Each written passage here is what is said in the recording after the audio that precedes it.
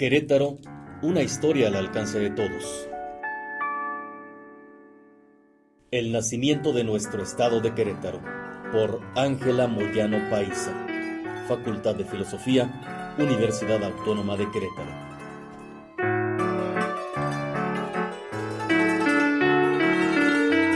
En 1821, los generales Agustín de Iturbide y Vicente Guerrero firmaron el Plan de Iguala, que daría la victoria al movimiento de independencia. Una a una, fueron liberando las diferentes regiones del país. A Querétaro llegó el general Iturbide el 28 de junio de 1821 y pidió su rendición. Dado que éste llevaba 2,000 soldados, el gobernador español, Juan Domingo Luaces, que solo tenía 600, no tuvo más remedio que rendirse. El general Iturbide fue aclamado por los queretanos e instituyó el nuevo gobierno bajo el mando del coronel Juan José García Enríquez.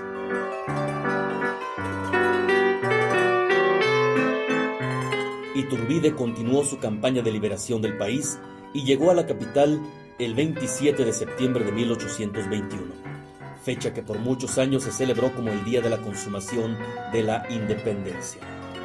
Durante los 18 meses que duró el gobierno de Iturbide, primero llamado Regencia y después Imperio, Querétaro pareció seguir con su rutina, solo interrumpida por las fiestas llamadas de Jura de la Independencia y de Jura de Lealtad al Emperador. 10 meses después, el general Iturbide renunció a su puesto y salió del país por problemas políticos. El Congreso Nacional decidió establecer una república y proclamó la Constitución de 1824. Los queretanos se alegraron de tener una república, pero se preocuparon al saber que varios estados vecinos querían repartirse el territorio de Querétaro. Grande fue su alegría cuando supieron que el doctor en teología, don Félix Osores, había logrado convencer al Congreso Nacional de que Querétaro, aunque pequeño, debía ser estado. Según lo que ordenaba la Constitución de 1824, el Congreso del Estado de Querétaro firmó la suya un año después, el 12 de agosto de 1825. Todos vitorearon la elección del primer presidente de la República, don Guadalupe Victoria, y la de José María Diez Marina, primer gobernador del Estado de Querétaro. Estos fueron los dos únicos gobernantes de esa época que terminaron su periodo de 4 años. El primer gobernador de Querétaro se preocupó tanto por la educación de los queretanos que creó muchas escuelas y hasta la carrera de abogado para que los muchachos que quisieran cursar estudios no tuvieran que salir del estado. Este gobernador es famoso también porque promulgó 2 leyes importantes, una para acabar con la esclavitud de los negros en Querétaro y otra para meter a los vagos al ejército. El gobernador Diez Marina permitió que la masonería del rito yorquino se introdujera en el estado, lo cual produciría un continuo enfrentamiento con los masones del rito escocés. Los primeros, con el tiempo, serían conocidos como federalistas o liberales, y los segundos como centralistas o conservadores. Esta rivalidad fue la causa de los continuos enfrentamientos que tuvieron lugar a lo largo del siglo XIX. Por esos días se cambió la fecha de celebración de la independencia del 27 al 16 de septiembre. Al final de su gobierno, en 1829, llegaron noticias de que España quería reconquistar México y que mandaba una expedición desde Cuba. Todos los mexicanos se unieron para rechazarla. Era la primera vez que la independencia de nuestro país se veía amenazada. Muchos queretanos pidieron ir a luchar, pero no hubo necesidad porque los generales Antonio López de Santa Anna y Manuel Mier y Terán derrotaron al general español Isidro Barradas en Tampico. Todos los mexicanos se alegraron y también por primera vez se sintieron unidos en su mexicanidad. No sabían entonces que pasarían casi 60 años defendiéndose de extranjeros y luchando también en batallas internas. Los cambios políticos en Querétaro siguieron la misma pauta que en el resto del país. A veces Querétaro fue declarado Estado de la República Federal y otras se llamó Departamento de la República Central. Algunos gobiernos estuvieron a favor del general Antonio López de Santa Anna y otros fueron antisantanistas. En uno de ellos, los niños tuvieron que aprender de memoria un curioso librito llamado Catecismo Político, con el cual se trataba de enseñarles los deberes cívicos. También, en la década de 1830, le tocaron los primeros ataques a la Iglesia Católica, que consistían en quitar la enseñanza de la religión en las escuelas y apoderarse de los bienes de los templos de Querétaro. Los queretanos se dividieron en dos partidos, el liberal y el conservador. Los liberales querían tener una república federal y hacer las cosas de la manera más moderna. Los conservadores deseaban una república central y preservar todas las tradiciones. Por esos años se pelearon para imponer sus ideas. Sin embargo, en Querétaro la gente defendió a la iglesia de los ataques liberales. Hasta el gobernador José Rafael Canalizo, que era liberal, publicó una proclama diciéndole al pueblo que él era muy católico. Esta situación de enfrentamientos a causa de la religión se repitió muchas veces en la historia de Querétaro. En esa misma década de 1830 sucedió el conflicto de Texas. Resulta que el gobierno del general Iturbide había dejado 10 años antes que un grupo de 300 familias de Estados Unidos de América llegaran a vivir a la provincia de Texas. Hacia 1830 ya había un número mayor de ellos que de mexicanos, por lo que los estadounidenses empezaron a pedir que las cosas se hicieran a su manera. Cuando el gobierno de Anastasio Bustamante cambió la República Federal por una central y se promulgó la Constitución de 1836, los estadounidenses se rebelaron porque ellos decían haber entrado al país cuando era República Federal. Ese no era el verdadero motivo, sino solo una invención para poderse rebelar. El general Santa Anna se dirigió a Texas con su ejército y pidió que los estados mandaran soldados y armas para ayudar a derrotar a los rebeldes.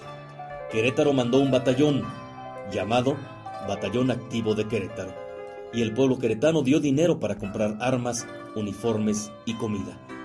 El batallón peleó bajo las órdenes del general Urrea, en un pueblo llamado Goliat. Desgraciadamente, México perdió la guerra, pero al batallón queretano lo premiaron por su valor. 2 años después del conflicto de Texas, el gobernador de Querétaro comunicó a los habitantes que unos barcos franceses habían invadido Veracruz para cobrar unas deudas. Al conflicto que esto provocó, se le llamó la Guerra de los Pasteles, porque el último agravio de las tropas mexicanas había sido el destruir una pastelería que pertenecía a un francés. El gobernador pidió a los queretanos que estuvieran listos para defender a la patria y abrió una oficina para reclutar soldados. El general Santa Anna se encargó de la lucha hasta que perdió una pierna. En Querétaro, el gobernador Ramón Covarrubias publicó una proclama para informar a los queretanos de la guerra con Francia, y hubo muchos que se ofrecieron para ir a pelear. La tropa de la guarnición de Querétaro publicó un documento el 17 de mayo de 1837, donde expresaba que para defender a la patria no se debía hacer diferencia entre militares y paisanos, porque la unidad era el máximo deber. Unos meses después, los queretanos se enteraron que se había conseguido la paz mediante el pago de las deudas a los franceses.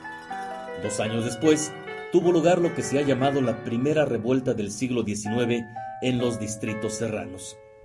Las causas de la revuelta fueron la creación de un impuesto y la incautación de la producción de tabaco, medidas ordenadas por el gobernador Ramón Covarrubias con el fin de financiar la campaña militar de Santa Anna.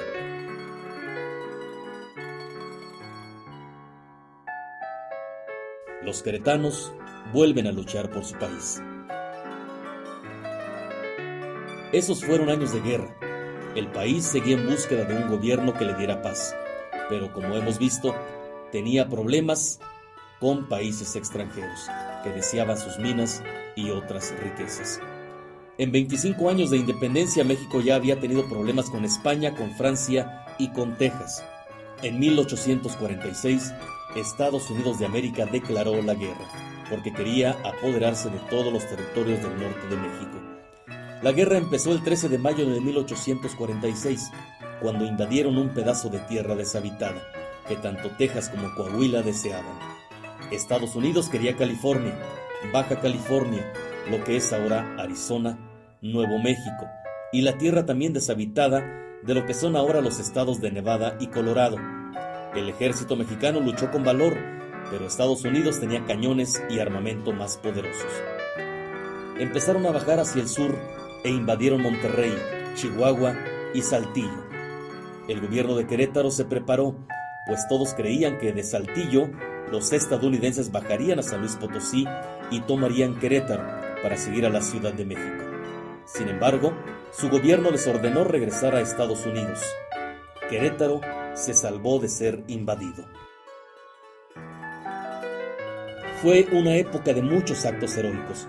Un buen número de muchachos queretanos salieron a combatir al enemigo.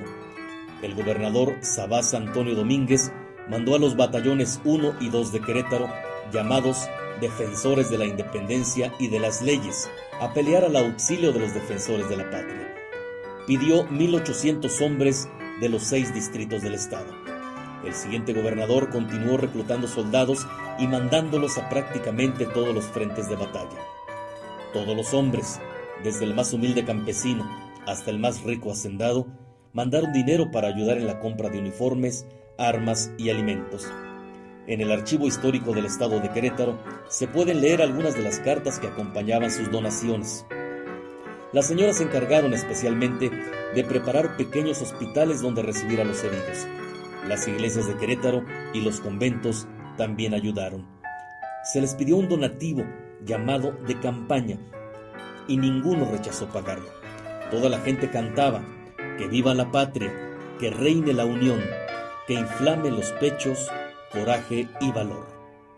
Querétaro no fue invadido, porque el gobierno de Estados Unidos decidió que regresara a su país el ejército que tenía en el norte de México. Los queretanos se sintieron aliviados por esta nueva situación, pues el batallón activo de Querétaro, que había peleado en la batalla de la Angostura a las afueras de Saltillo, ya había perdido a la mitad de sus soldados. Muchos de ellos habían regresado heridos y la gente se había encargado de cuidarlos.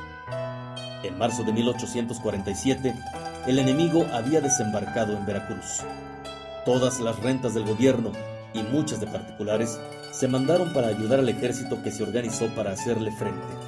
Querétaro envió 40,000 pesos, que en esa época era mucho dinero, como contribución a la defensa del país. También se pedían soldados, por lo que 500 voluntarios queretanos se presentaron a luchar y marcharon a la capital.